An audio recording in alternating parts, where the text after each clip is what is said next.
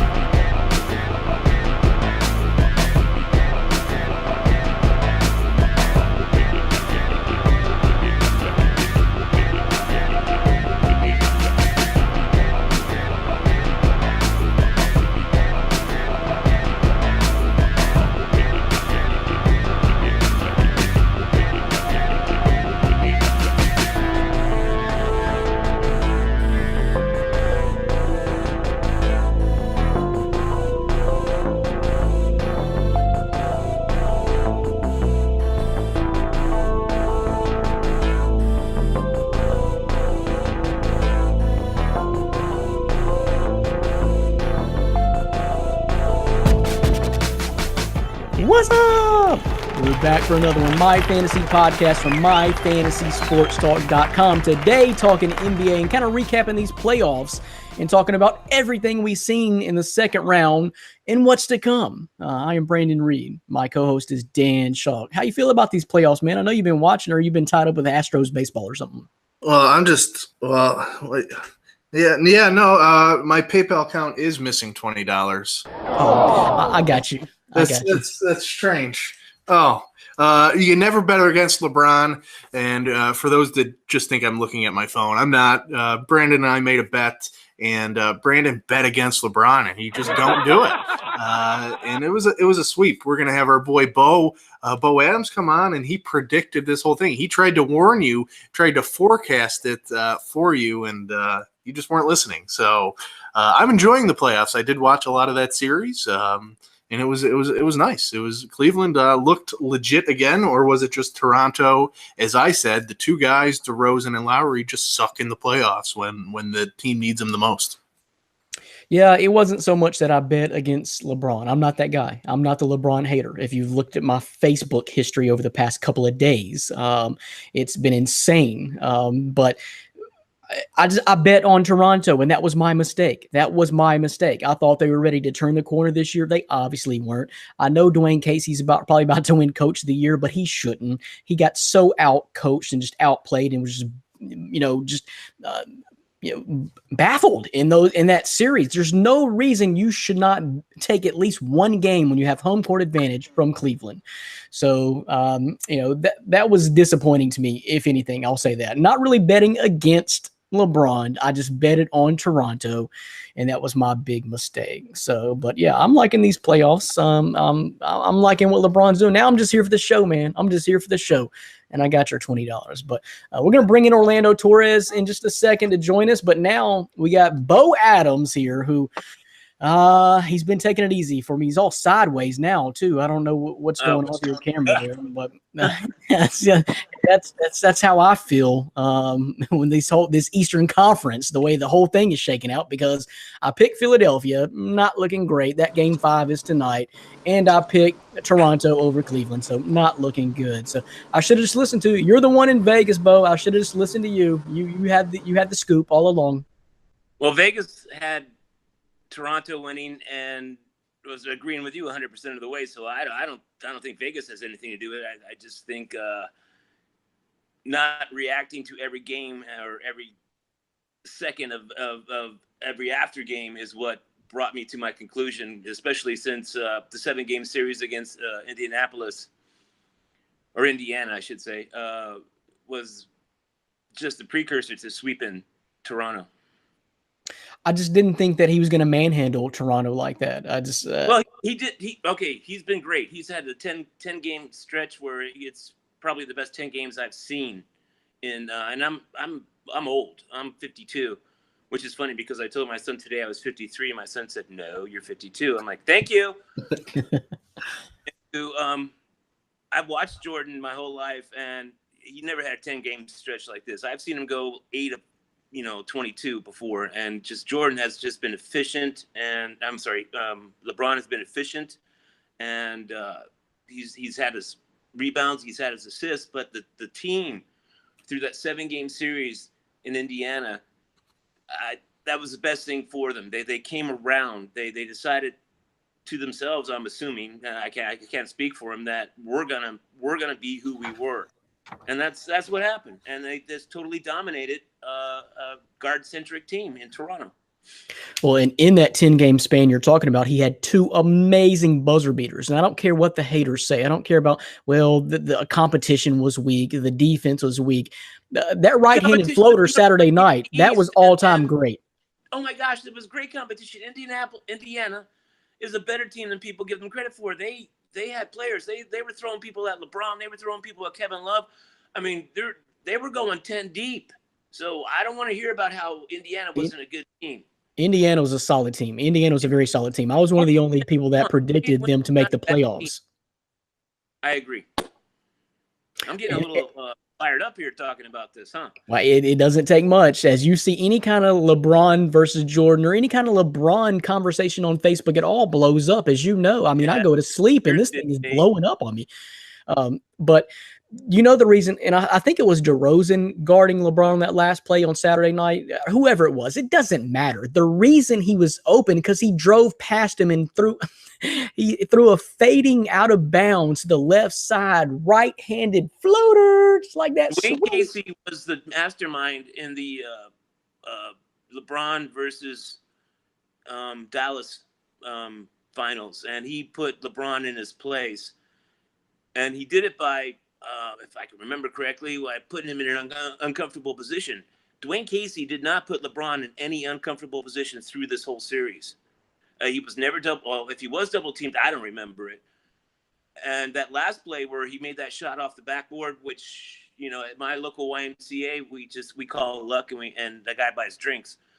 That was just amazing. But you double team him.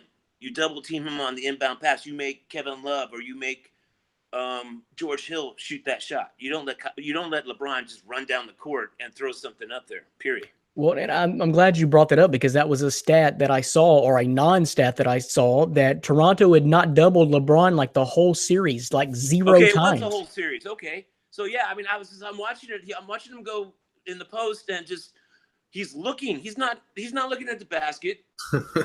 He's just looking at his teammates like, who's cutting to the ball? Bang, there you go. It was. I don't know what Dwayne Casey was doing. Yeah, I couldn't believe it. Even down low, you would see like Valanciunas kind of drifting towards his man and drifting out of the paint when LeBron had it on the opposite side. Valanciunas, JV, as they call him in the first game, was monster. Kevin Love was pretty good too, but I knew it was a mismatch because JV can't handle going outside with Kevin Love. Kevin Love can drive on JV. He crossed him over in a phone booth. It's over once that happens, and that takes him out of the game, so they have to bring in Serge Ibaka, who had a terrible series. I don't know what happened to Serge. Yeah, I think he's a good player. I really think he is, but yeah, he got taken out of the game, and Kevin Love became Kevin Love of 2013. Well, I was telling Dan right before you guys joined the podcast that Dwayne Casey's probably going to win Coach of the Year, but I don't think he should. No, he got so outcoached. He got so outcoached in that series. And Brett Brown, in my opinion, probably shouldn't survive because he is getting murdered by Brad Stevens. Brett Brown is looking the night before. He brought in TJ, and that was a switch. Yeah, but that was more TJ just catching fire. TJ ain't going to do that, you know, but once out of every 7-8 games. So I don't know if that was brilliance.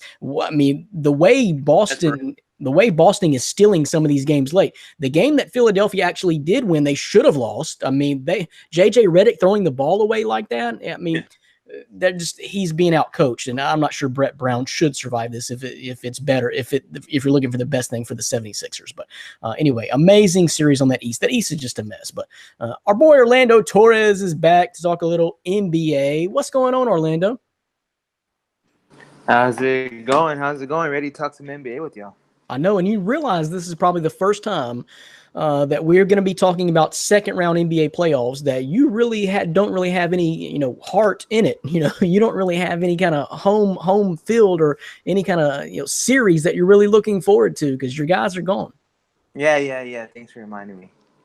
How does it feel? I mean, it's the first time in a long time. Yeah. No. It's a long time, but I mean, we all kind of knew it. Come on, Golden State in the first round. No Kawhi. Obviously it was. We didn't expect much. Hell, we got one game for Ginobili, so I'm happy with that. That went out. So it's a little odd not seeing the Spurs in the second round, but overall, I think the basketball. We still haven't seen kind of like that. I think besides the true competitiveness, I think it was maybe in round one with the Cavs and Pacers. So, like I said, guys, I think the West is done as of now. As of recording of this podcast, the West is done. We know who it's going to be. It's who we always knew it was going to be. It's going to be the number 1 seed Houston Rockets and the number 2 seed Golden State Warriors. The East is what's been a mess. As I was saying earlier, I totally predicted that wrong. I picked Philadelphia to beat Boston. That game 5 is tonight. Probably not going to happen. And I picked Toronto to finally get over that curse and that hump and beat Cleveland. That for sure didn't happen. So, Cleveland sweeps Toronto, number 1 seed, and Boston up now 3-1 over Philly. Like I said, game 5 is tonight. So let's just kind of look ahead. Dan, what do you think? We're looking at going into probably a Boston and Cleveland finals in the East. You told me not to bet against LeBron. Are you going to give me that same advice? Is it going to be Cleveland representing the East again for LeBron's 8th straight time? Yeah. I don't think it's a question. Give me a healthy Kyrie Irving and Gordon Hayward on the Celtics, and then maybe we can talk a little bit about that. But that's the thing. It's kind of like the hottest player in the league right now, LeBron James, versus the hottest team in the league right now with the Boston Celtics. I don't know how they're doing it. Brad Stevens is probably the best coach in the NBA. You can say behind maybe Popovich, but when this came out today, you realize he got 0 votes for Coach of the Year. There is some shady stuff going on within the Coaches Association to not give him any votes at all. He's the best coach in the NBA right now. Yeah, no, I agree. It is, but getting the Coach of the Year is kind of the kiss of death. George Karl won it and got fired from Denver a few years ago. Dwayne Casey's going to win it, and he's going to get fired from Toronto. So, for Brad Stevens, heck, I would rather just keep my job and keep winning playoff series. I think he's going to make it a little bit difficult. I don't see LeBron sweeping the Celtics in the Eastern Conference Finals. Bo may be able to predict that one. I think it's going to be a 5 or 6 game series. But yeah, it's going to be LeBron advancing to the finals, and I think it's going to be a rematch with Golden State. But Houston is there, so we'll see. But I can guarantee you that Cleveland will be in the NBA Finals. So Phil Jackson won it once, the Coach of the Year. I just did not get any votes. That's blasphemy. Brad Stevens right now, if you want to say Popovich, okay. But as of right now, definitely the best coach remaining in the playoffs is Brad Stevens. X's and O's coach. Yeah. Yes. No question. Look what he did at Butler now. Look what he's done from day 1, year 1 in Boston. The dude is a coach. So that's just blasphemy not for him to get any votes. That's ridiculous. Give me a break. So, Bo, Cleveland won the season series over Boston 2-1, believe it or not. I think it's going to – I agree with Dan. It's going to be 5-6. The first game, everybody keeps saying in a series, and I don't know what this happened, when this happened, or why this happened. Everybody says the first game in the series is the most important. The first game in the series is when the home team tries the hardest, and they win big. The second game is the most important for the traveling team to win, to split it and get the home field advantage. So I think that's exactly what's going to happen. And then Cleveland will take it in 5, 6. It's hard to go against. It's hard to go against Brad Stevens as a coach because he might pull something out that he'll throw somebody in there, or he'll come up with some inbound play with 2 seconds left or something. Well, and you already know Boston is the better defensive team. They've been top 3 all year. Now they're not. Cleveland is actually ranked. I think they moved up from 4th to 2nd in defense in the playoffs. Did you see what they did to Toronto? Yeah, I still think that was more Toronto. Toronto's just not ready to play big boy ball. On the board. Brandon, stop being wrong. No, I still think they got swept, Bo. They got swept. Toronto was not ready to play big boy ball. That wasn't Cleveland's defense. All the scores were low except for the last game. All the scores were low. Okay, we're talking 98, 100, Who's everybody scoring well, I 110, was because the Raptors got lost. But I mean, who's playing all the defense on the Cavs? I mean, it You're ain't talking Kevin about Love. LeBron hate, but now you're into the Cleveland hate. Come on, Cleveland is playing the best basketball right now. I don't care about last night's games. All right, 1-on-1 with Houston, and I love CP3. I think he's the best point guard of our generation, of this generation. Oh my God, Russell Westbrook. 28% free throw, 3-point Chris shooter? Paul Right. couldn't get into a Western Conference Finals or any finals He's in until one he now. joined forces with James Harden. And when was the last time Westbrook did it? He was with who? Kevin Durant. Hey, I'm not wearing a Russell Westbrook shirt. But you just told me he's not the best. Former MVP. But anyway, I don't. It's what happened in that Cleveland in Toronto series was LeBron was dominating every single possession. And Larry Nance was supposed to be that prize pickup for Cleveland during this whole mess, and he didn't even play. He didn't make one appearance. Everybody keeps saying that. Who says that? Actually, it was Hood who was supposed to be the best player he because didn't play. Yeah, and you know what? He's a mental case. But you know what's not affecting them because they won 4 straight is Hood. Larry Nance got in, played decently. They know he's a young kid. He's a little fired up. His dad's at the games. That's secondary. That's not. I don't know if third-dairy is a word, but that's what I'm thinking about. It revolves around 6 players, and it's a starting 5 plus the rotation player of Jeff Green, who's been awesome. Tell me, Jeff Green has been. Jeff Green and Kyle Korver has been hot too, but those guys aren't known for their defensive prowess. This Cleveland team didn't just happen to flip a switch like that. They've got a lucky schedule. So, and here's the thing. The last 4 games. It's not going to look that way against Boston either, because Boston's not going to be the team to be that hot offensive powerhouse to make Cleveland's defense look bad either. It's not going to happen until Cleveland faces Golden State in the finals. I feel like we've gotten away from this podcast about you and me arguing about Cleveland and LeBron and defense. I got more numbers towards the back end that we'll agree on, Bo. I got numbers on the back end that you will agree on here. Okay. That just kind of puts a bow on the whole LeBron and Jordan conversation. But Orlando, what do you think about the East? Let's just go forward. We're going to say it's going to be Boston versus Cleveland. I say hottest player in the league versus possibly the hottest team right now in the league. When they clash, what's going to happen? Oh, it's going to be LeBron in 4 or 5. Come on. I mean, I got it, the hottest team. But, Brown and Tatum, the guys that feature. Brad Stevens is pretty good. But this, at the end of the day, this just isn't a year. It's just LeBron, best player, and basically the best coach on that team for Cleveland. So I don't see the series going very long. I see another sweep or maybe to 5 games. Man, I just don't know.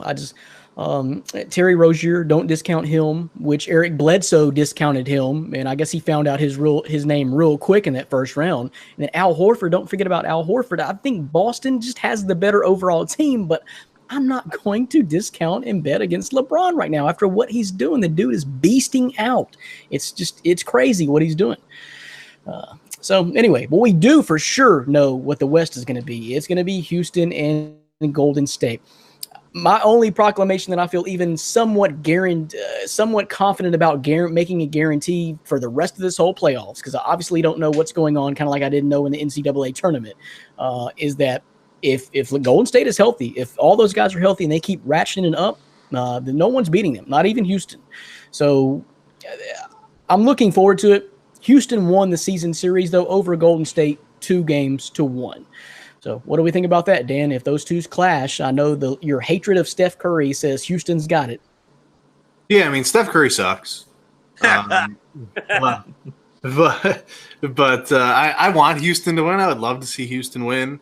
I don't think it's going to happen. I don't think Chris Paul is – I mean, this is his first conference finals. Obviously, he's not the proven winner, the guy that can get it done in the playoffs, and I don't know if James Harden is that either. So I would go with the Warriors. They've done it before. They know how to win. Overall, when healthy, when you put those 5 basically all-star starters on the court, I think Houston might be able to make it a series, make it 6 games. I would think it would be a win for Houston to even make it 7 games with Golden State, but I just don't. I don't see Golden State losing. And it sucks Steph Curry came back so early from that knee injury. I thought he was going to be out even longer. because without a Steph Curry on the team, I think maybe Houston might have a chance. But he sucks so bad they're probably going to win. It changes the conversation. First of all, no one on Houston is going to be able to guard Durant unless you want to put Clint Capella on him.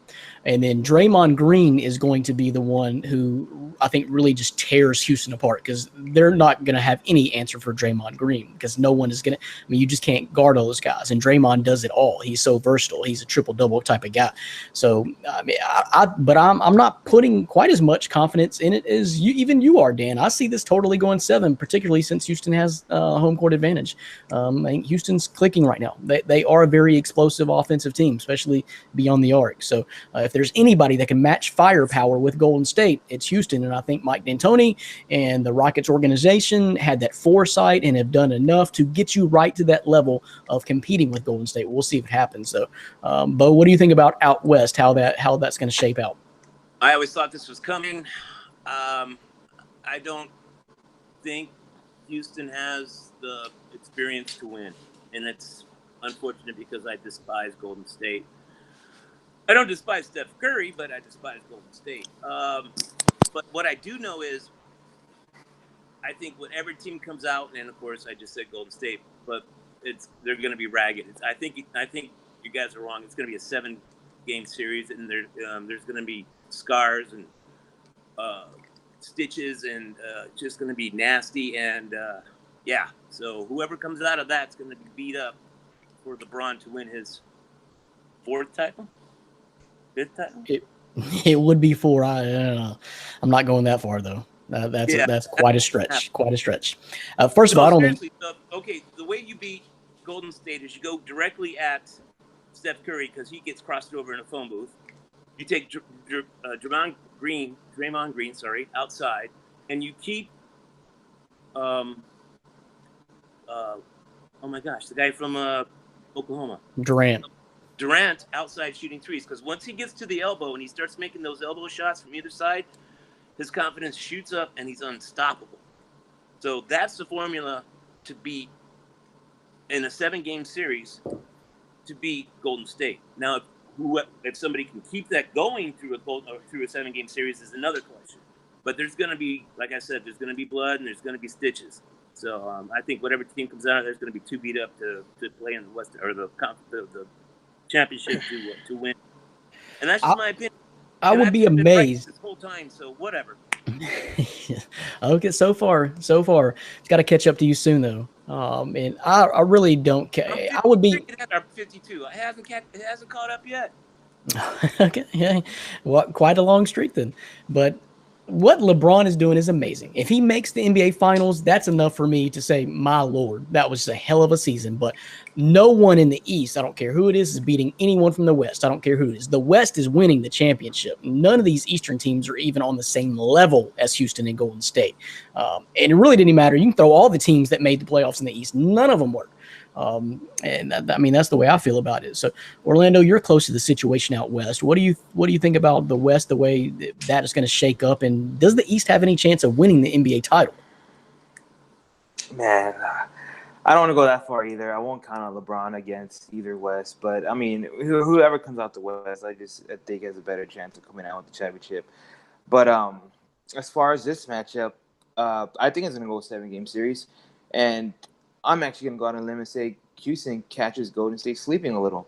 I know that's going on a stretch. Golden State has the experience.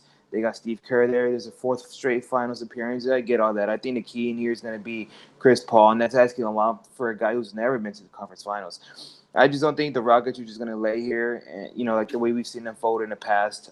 We've seen Harden put up duds in the postseason, but what I've seen is when Harden struggles, his team's there to help him out. They're not just relying on James Harden. So as a team, they work pretty well, just the way Golden State is working. Kevin Durant, Trevor Reese has been in the league a long time. I think Trevor Reese is going to be on Durant. But the way Clint Capella is playing in the paint, I think it's okay to have, to ask Ariza to be a little bit rough with Durant. He's not going to have his way with Durant, but if you could kind of get in his head and push him around a bit, you got Clint Capella there as a safety blanket. We already know what Harden and Curry are going to do. Klay Thompson has been good, but we see him be hit or miss, and sometimes that could be bad for the team. And Draymond too. Draymond's great. He's a versatile player. He can do everything. But man, I'm excited for this series. I think there's going to be a lot of shouting. There's going to be a lot of fights, and home field advantage I think is going to play a big part. So if this game goes 7, and you see Golden State get a little bit shaky, I wouldn't be surprised to see Houston kind of pull up an upset. Yep, I think it will go. I think it will go at least 6 or 7. I think it'll be a series. I think Houston will give it to them. They're just so talented offensively and have such firepower. But I really think that's your NBA Finals. But just kind of recap what we've seen and what we hadn't talked about on the podcast for the last couple of weeks. So just kind of some of the things that really stuck out to me about what we've seen is I was impressed by the way Donovan Mitchell just kind of carried Houston's scoring load, Utah, on his back. Unfortunately, the way his season ended last night, but I was impressed by Donovan Mitchell. Rajon Rondo found that fountain of youth. And I mean, what do you have, like 22 assists in one night? Just unbelievable play.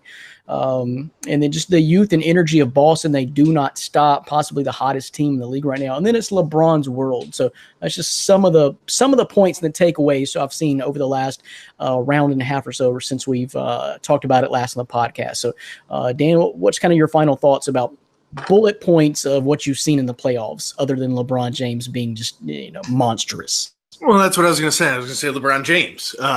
So you can't forbid me to say that because that's what was most impressive. To be honest, I mean, just the way he was able to dominate and take over. I mean, if we go 2 months or a month before the regular season is over, we're all questioning how bad is Cleveland. Are they going to be able to win a series, let alone make the finals again? So LeBron just kind of flips a switch in the postseason, and that kind of goes off script of whatever they do in the regular season. So that's key number one. I mean, you can mention all the other things that you had said. Donovan Mitchell, the 76ers were surprising, even though they played the Miami Heat in the first round. The way they kind of just washed right through them into that second round was promising. But this loss to the Celtics that they're going to get tonight is only going to help their growth because they are a dangerous team, next season and beyond. Talk to me next year when Philly is matched up against LeBron James in the postseason, and maybe it might not be LeBron just flipping his switch and walking through like he did Toronto. So 76ers are dangerous in the next couple of years. Still think that Brett Brown may be needing to go because he's been just out-coached bad in this series so far. Well, Brad Stevens is going to do that to a lot of people, but I think he's just been out-coached bad.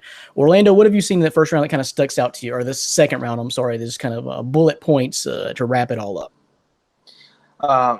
I was upset to see New Orleans go down so fast. I know they had Golden State, but I thought they would have at least made a 6-game series. I thought they would have taken advantage of home field. But I do know that Anthony Davis is the man. He's going to be dangerous going forward. And, it wouldn't be surprising to see kind of New Orleans turn it up, depending on Cousins coming back or not. But with Davis there, you add some more pieces or the team gets more comfortable with it. I think they're going to be a pretty interesting team to see going forward. Going back to the first round, I was a little disappointed in Portland. I did not see that sweep coming. I don't have much of a tie with Portland. I have some friends with Portland, so they were talking about. But I thought that from the first game series, besides the Spurs, obviously, I was interested to see the Pelicans, the Trailblazers go at it, and I did not expect to see that sweep. Bo didn't either. Talking about his streaks there. Did you pick him? No, but you picked them in a sweep, and they got bounced. They were playing the best basketball at the end of the year, and I was just like running with them. Like, oh my gosh, they're so good, and then they're not. They call it that Toronto fever. So, the offensive leaders, take a look at that real quick, though. So in the playoffs so far, LeBron James is killing the league at 34.3 points per game. The second highest was Anthony Davis. He gone. Russell Westbrook was third. He gone. James Harden scoring 28.5. Kevin Durant is at 28. Look at the rebounding leaders. Anthony Davis is one at 13.4. He gone. Karl Anthony Towns, 13.4. He gone. So Joel Embiid still in there for now at 12.7 rebounds. Clint Capella at 12.2.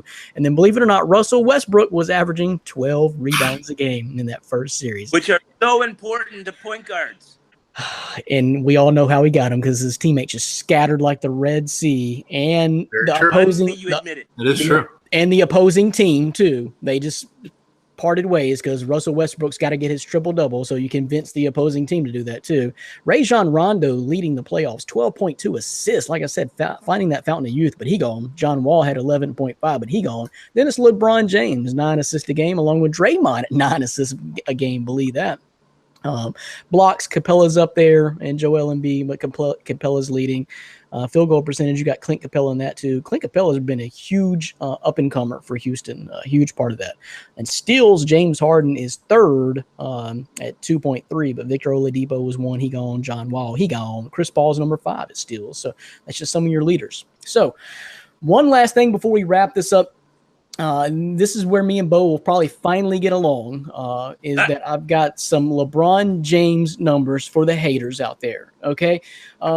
And I think I've made this clear. I'm not going to ever put anyone number one. Bo does disagree with this, but no one will ever supplant Michael Jordan as number one to me just because of everything that Michael Jordan did and just the era that he came up. The marketing, the game started being played above the rim. It was Air Jordan, the Jordan brand shoes, the championships. Once he started winning, he never lost anything again outside that bad experiment in Washington. So to me, Jordan has always won. It's just the swag of Jordan and what it means and the level of excellence and perfection that Jordan did everything in once he started winning. But LeBron is clearly making the case to be number 2 to me. And I think he may be the baddest all-around basketball player to ever be born onto earth. The all-around skill set and just physical strength. And not forget his floor vision.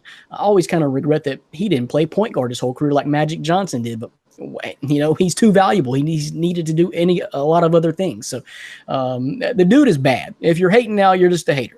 So I've got some records and stats just from this year alone, LeBron accomplishments just from this year. You can throw all the stats you want to out there, but the dude's got to pass the eye test to you, and if he ain't passing the eye test to you, then you're just not watching. But here's what he actually did this year. Oldest player to produce 2,000 points, 500 assists, and 500 rebounds in a season.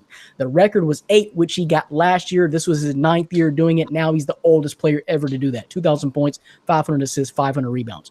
2,000-plus point seasons. Karl Malone has 12 of them. Michael Jordan has 11. LeBron has 10. He's going to break that within 3 years. He's going to be number 1 on that list as well. Oldest player to average a triple-double throughout a month at 31 years of age was Wilt.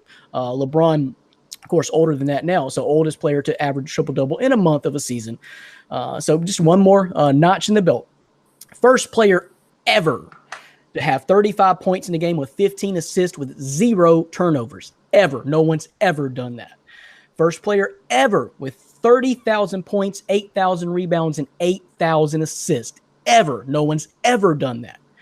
Broke MJ's record of 866 straight games scoring double digits, 10-plus points. That's MJ. Yeah, Michael Jordan. He broke that record and still going. Also beat Scottie Pippen's record of 395 steals in playoff games. He just broke that. He now has 406 steals in playoff games. I mean, it's one thing to say Michael Jordan is better. Okay, Michael Jordan's 1, LeBron's 2, 3. To not have him in the top 5 is a little silly. Just the disrespect that I'm seeing is just completely silly.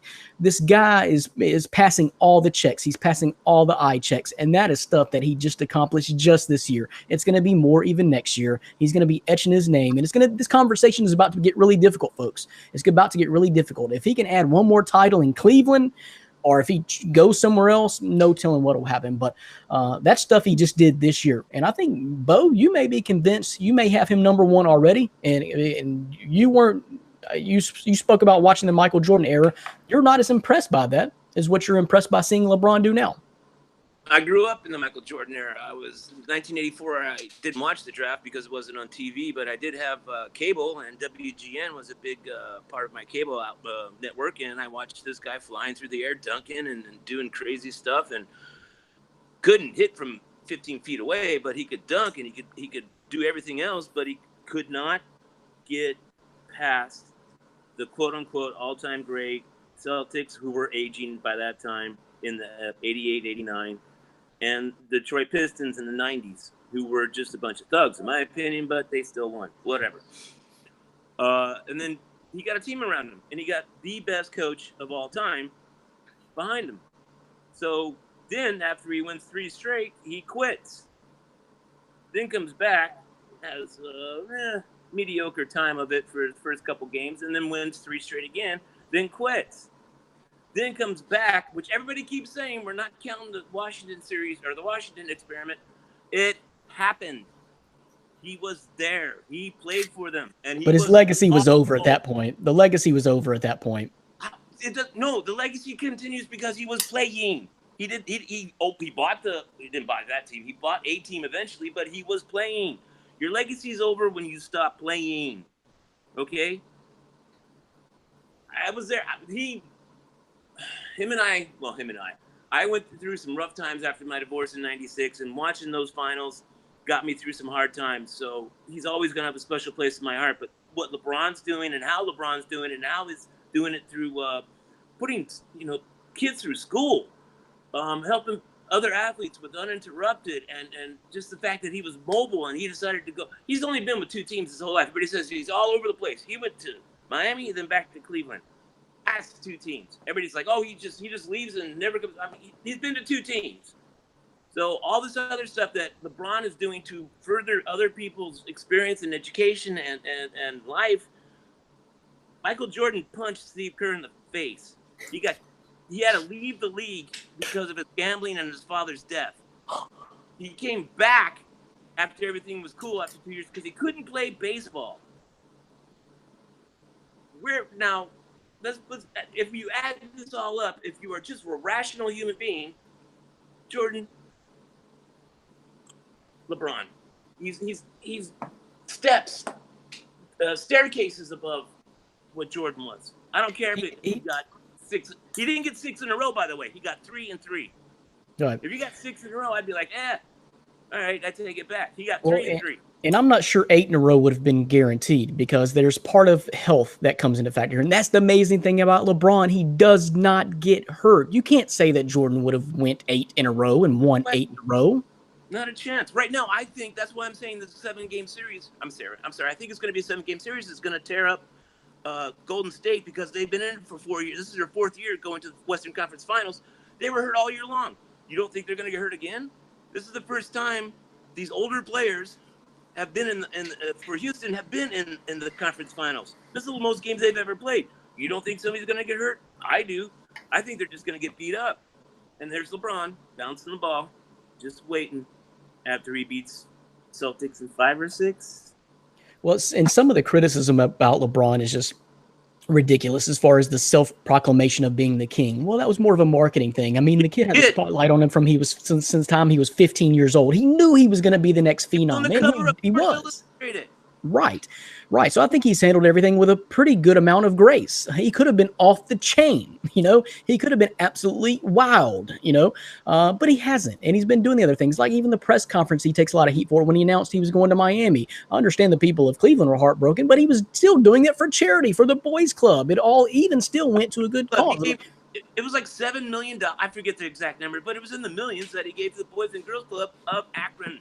Right. And as far as the flopping and whining, you guys just aren't watching NBA basketball. You guys aren't watching high school basketball. You guys ain't watching basketball, period, in the 2000s. If you think that's unique to LeBron, everyone whines and complains about calls, shrugs their shoulders, and flops. I mean, hell, the Europeans started that mess. I mean, the European players are really bad at it. I guess it comes from the soccer thing, but some of those guys are either worse, but you just ain't paying attention if you think that he is way above here, over the top with the whining and flopping. That's just basketball, man. I see 6-year-olds on the court doing it now. I see it in high schools. It's all over the place. It's all over. Just go to an AAU game.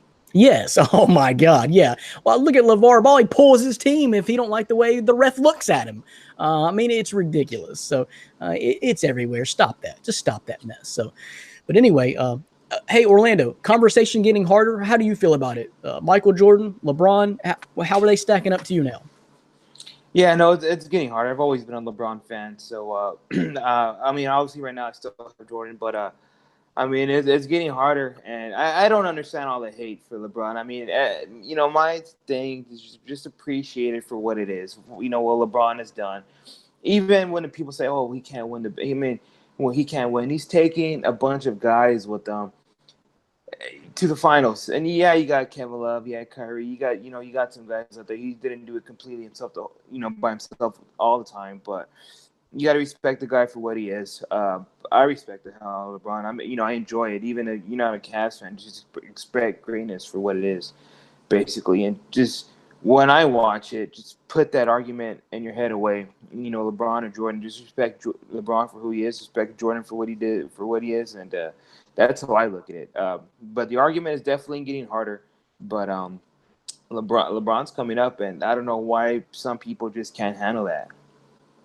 Well, Jordan had his signature shot over Craig Elo against Cleveland that year, the fading, hanging in the air from the free throw line. LeBron has his now. That fading away shot he hit Saturday night with the right hand off the kiss off the glass. It was just spectacular. It was an all-time great NBA shot. People are still giving him crap because it wasn't a game or a series. I don't care. It doesn't matter. Crazy. It was the sweetest. That's one of the sweetest kisses off the glass. The level of difficulty on that, I want to see anybody else do that. The level of difficulty was insane. He was driving left, fading out of bounds, flipped it up, sweet with the right hand, kiss off the glass, game, send her home. So that's a huge signature moment right there, and it's getting harder and harder. And he proves it every single game to leave his name out of the conversation of being the GOAT. So, Dan, put a bow on this. What do you think, man? How does it stack up to you, Jordan, LeBron? Yeah, well, LeVar Ball would beat Michael Jordan one-on-one, so I got to go. And that's all the time we got for today's podcast, folks. Good night. I agree. That is it. LeVar Ball. That's how I want to end it. Yeah. Dan's top 5, and this is no joke. Dan's top 5 was LeVar, Lonzo, LaMelo, LiAngelo, then Tina. That was Dan's top 5 best basketball players ever, and that's not a joke. It was submitted. But thanks for stopping by and enjoying all this NBA talk with us and all this fun for Orlando Torres and Bo Adams, the president of the Russell Westbrook fan club. Hit him up on email.